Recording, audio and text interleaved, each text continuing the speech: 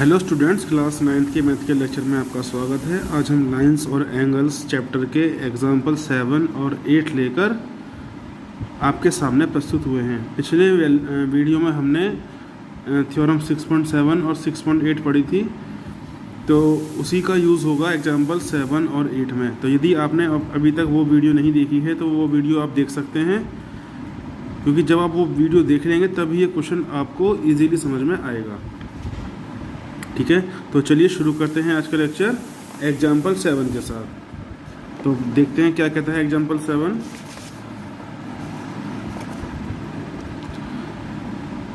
In figure 6.37, ये आपको figure दे रखा है। If QT is perpendicular to PR, ये जो आप लाइन देख रहे हैं ये सिंबल है परपेंडिकुलर का, मतलब लंब। तो ये जो QT है ये PR के परपेंडिकुलर है, मतलब 90 डिग्री पे है। Angle TQR equal to 40 degree दे रखा है। TQR ये है 40 डिग्री। एंगल SPR SPR ये है 30 डिग्री। तो हमें X और Y की वैल्यू फाइंड आउट करनी है। तो चलिए पहले हम इसका डायग्राम अपनी कॉपी में ड्रॉ कर लेते हैं। ये हमने ड्रॉ कर लिया है। अब एक तो हमें एंगल SPR दे रखा है 30 डिग्री, और एक एंगल TQR दे रखा है 40 डिग्री। तो हमें एंगल X और एंगल Y की वैल्यू निकालनी है।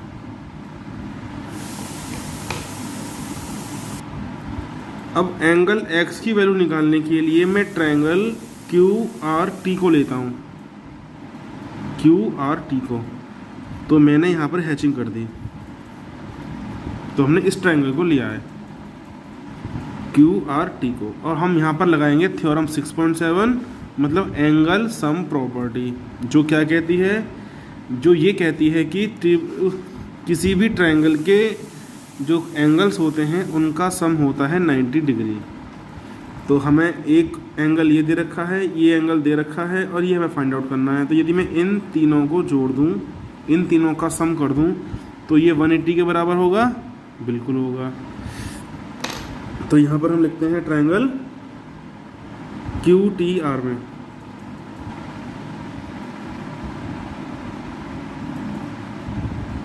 Triangle QRT।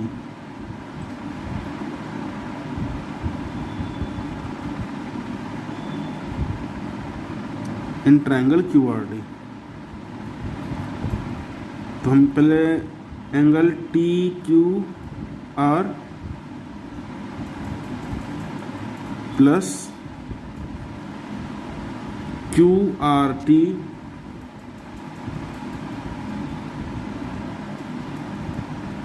प्लस RTQ बराबर 180 डिग्री। तो यहाँ हम इसके आगे लिखेंगे बाय थ्योरम 6.7, या लिख देंगे एंगल सम प्रॉपर्टी। ये आपकी चॉइस है। तो चलिए TQR की वैल्यू कितनी है, 40 डिग्री। QRT की वैल्यू है X, और RTQ की वैल्यू है 90 डिग्री। ये 90 डिग्री दिया हुआ है, इक्वल टू 180। इन दोनों को जोड़ा तो ये आया 130, इक्वल टू 180, और X की वैल्यू आई 180 माइनस 130, 50 डिग्री।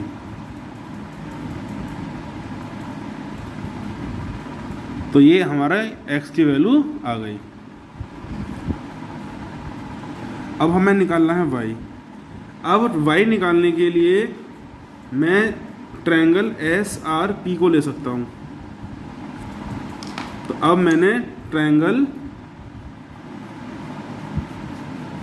SPR को लिया, ये ट्रायंगल,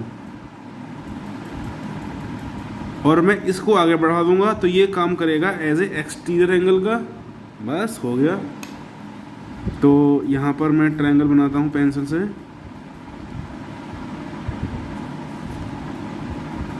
ये लाइन, ये और ये, तो ये हमको x दे रखा है, ये हमको 30 दे रखा है और ये हमको y दे रखा है। ये पॉइंट Q हो गया, ये पॉइंट S हो गया, ये पॉइंट R हो गया और ये पॉइंट P हो गया। तो हमने थ्योरम 6.8 हाँ, थ्योरम 6.8 में हमने क्या पढ़ा था, जो एक्सटीरियर एंगल होता है उसकी वैल्यू सामने वाले दोनों एंगल के सम के बराबर होती है। ठीक है, तो देखिए ये अगर एक्सटीरियर एंगल है तो इसके सामने ये और ये कोण होंगे, तो लिख देते हैं y equal to 30 plus x। क्या लिखा हमने, क्यों, थ्योरम 6.8 से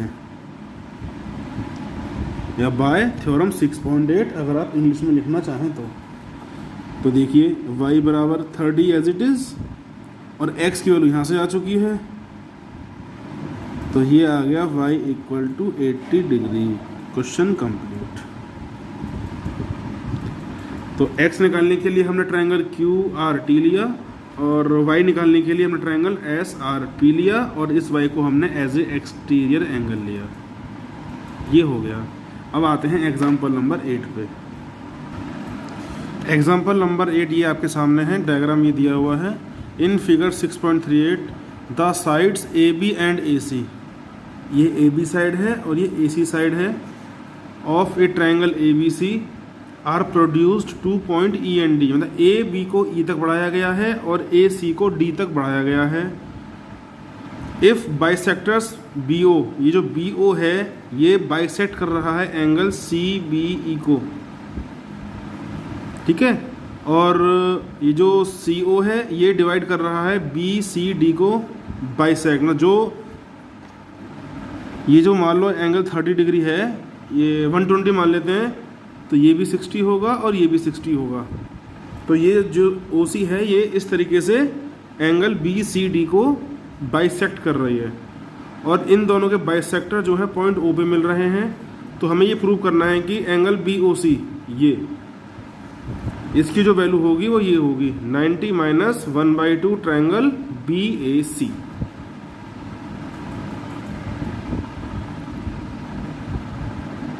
ठीक है, तो चलिए ध्यान से देखते हैं इसको। तो ये डायग्राम हमने बना लिया है। ये ट्रायंगल है ABC, AB को E तक बढ़ाया है, AC को D तक बढ़ाया है।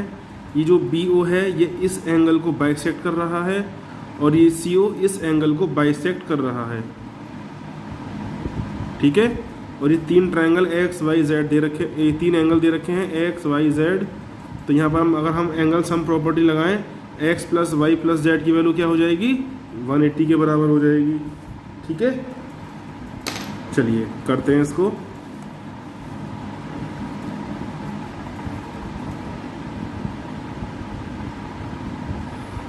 तो अब ये जो CO है, सॉरी ये जो BO है ये किसको बाइसेक्ट कर रहा है, एंगल CBO को, सॉरी तो BO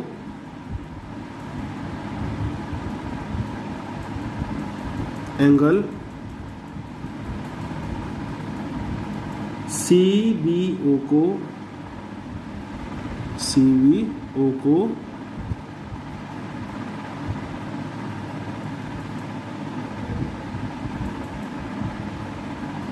समान भागों में विभाजित करता है। इसलिए देयरफॉर क्या होगा, एंगल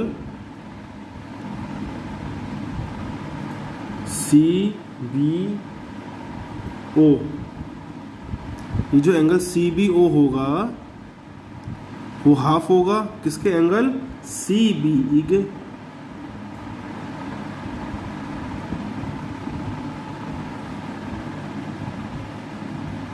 ठीक है, अगर ध्यान से देखिए ये हमारा लीनियर पेयर बन रहा है, तो हम इसको क्या लिख सकते हैं, एंगल ई क्या लिख दें इसको,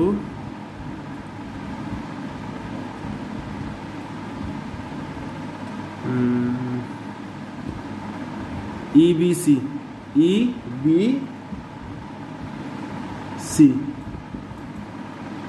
ये हुआ ना, ई बी सी। तो ई बी सी ये एंगल मिल गया अपने को,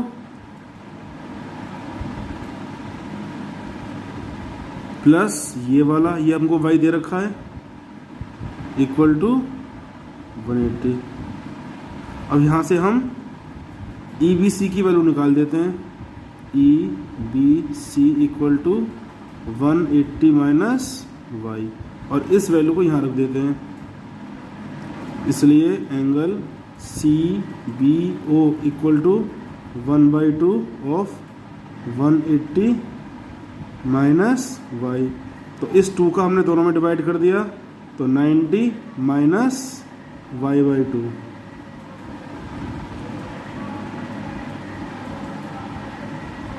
ये किसकी वैल्यू आ गई, एंगल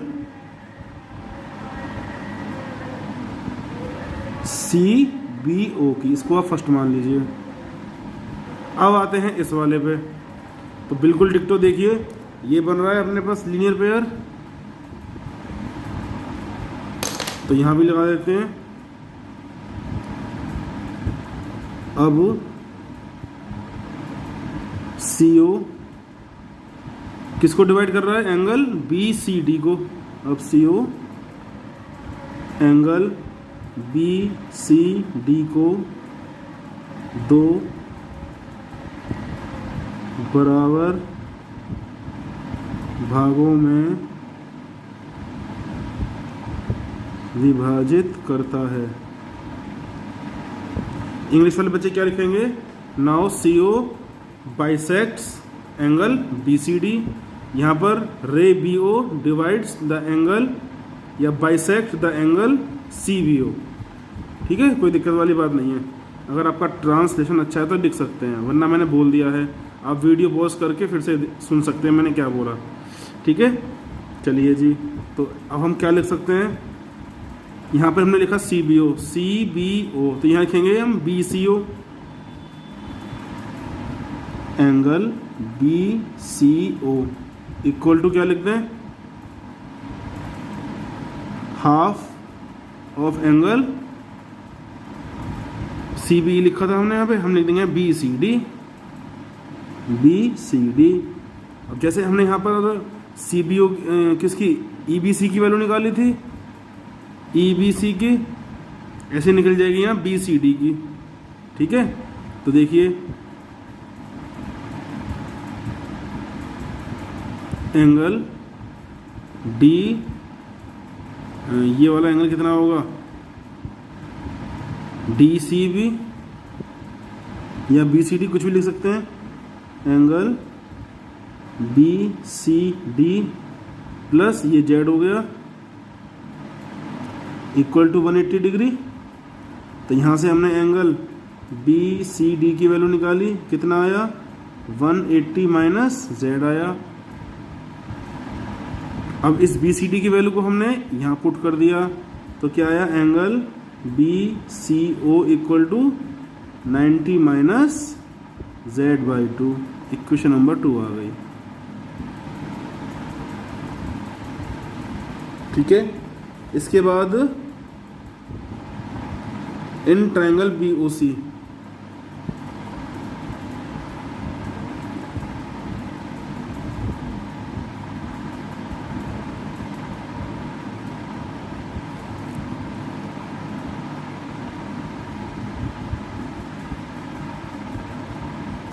अब मैंने ये ट्रायंगल लिया,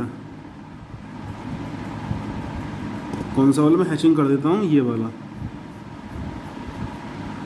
तो ये वाला एंगल और ये वाला एंगल मिलके कितने होगा, 180 के बराबर होगा। तो in triangle b o c, angle b o c plus angle OCB plus angle CBO, ये किसके बराबर होगा? 180 के।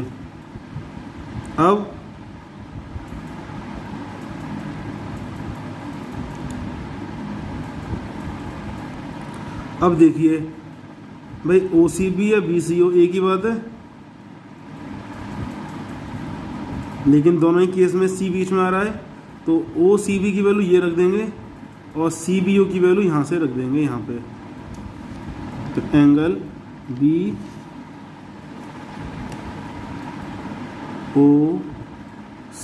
प्लस OCB की वैल्यू क्या है? 90 माइनस Z/2 प्लस CBO की क्या थी? 90 minus Y/2 equal to 180। 90 plus 90 180 होते हैं, तो ये वाला 180 इस वाले 180 से कैंसिल, या फिर आप सोचिए 90 प्लस 90 180, 180 को उठा के आप इधर ले जाएंगे, तो 180 माइनस 180 क्या हो गया? 0 हो जाएगा। बात वही है। अब आगे लिखते हैं यहाँ पे, तो यहाँ पे क्या लिख सकते हैं? एंगल BOC इक्वल टू, अब इन दोनों को उठा के इधर ले जाइए तो दोनों प्लस के हो जाएंगे, तो Y/2 प्लस Z/2। चलिए जी,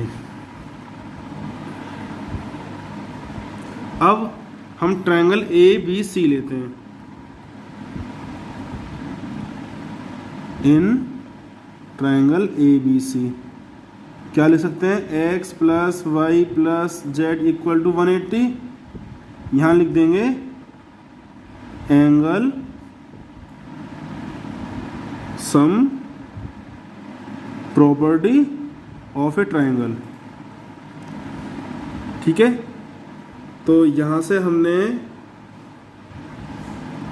अब जरा इसको मैं ऐसे ले सकता हूँ, Y प्लस Z 2 LCM लेके,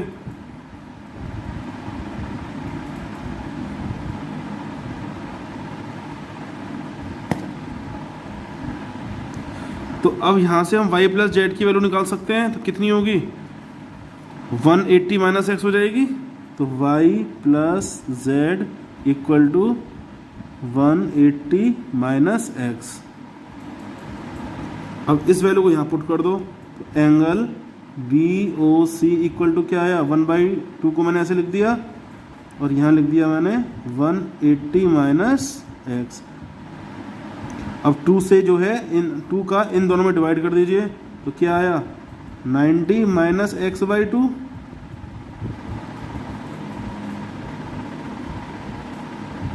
अब x/2 क्या था?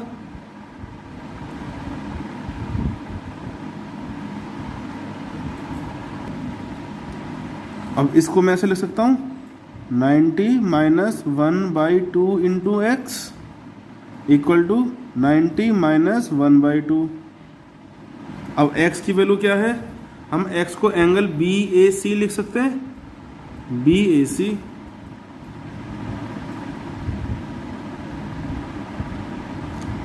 और यही हमें प्रूव करना था कि angle BOC equal to 90 minus half of ABA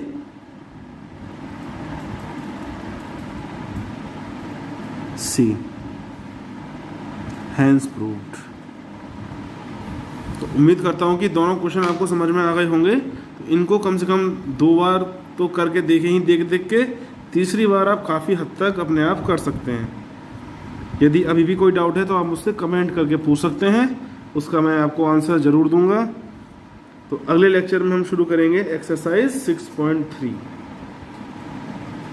ठीक है, इसमें हैं हमारे कितने क्वेश्चंस? 6 क्वेश्चन हैं। तो हम इसको 2 पार्ट में कंप्लीट कर देंगे, हर पार्ट में 3-3 क्वेश्चन होंगे। तो नेक्स्ट लेक्चर में आपसे फिर मुलाकात होगी। Till then good bye.